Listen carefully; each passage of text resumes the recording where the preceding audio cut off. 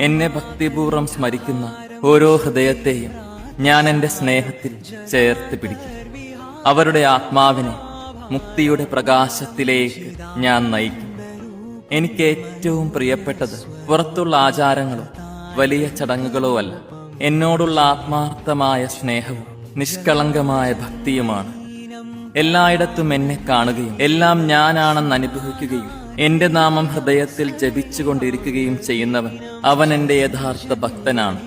എന്റെ മഹത്വങ്ങൾ കീർത്തനങ്ങളായി പാടുന്നവനും എന്റെ കഥകൾ മറ്റുള്ളവരോട് സ്നേഹത്തോടെ പറഞ്ഞു കൊടുക്കുന്നവനും ആ കഥകൾ ഭക്തിപൂർവം കേൾക്കുന്നവനും എനിക്ക് ഏറ്റവും പ്രിയപ്പെട്ടവരാണ്. വേദങ്ങൾ പഠിച്ചതുകൊണ്ടോ ക്ഷേത്രങ്ങളിൽ പോയതുകൊണ്ടോ മാത്രം ഒരാൾ എന്റെ ഭക്തനാകുന്നില്ല. സ്നേഹവും ശുദ്ധമായ മനസ്സുമാണ് എനിക്ക് ഏറ്റവും ഇഷ്ടം. ജാതിയോ വർണ്ണമോ സ്ഥിതിയോ ഒന്നും എന്റെ ഭക്തനാകാൻ തടസ്സമല്ല.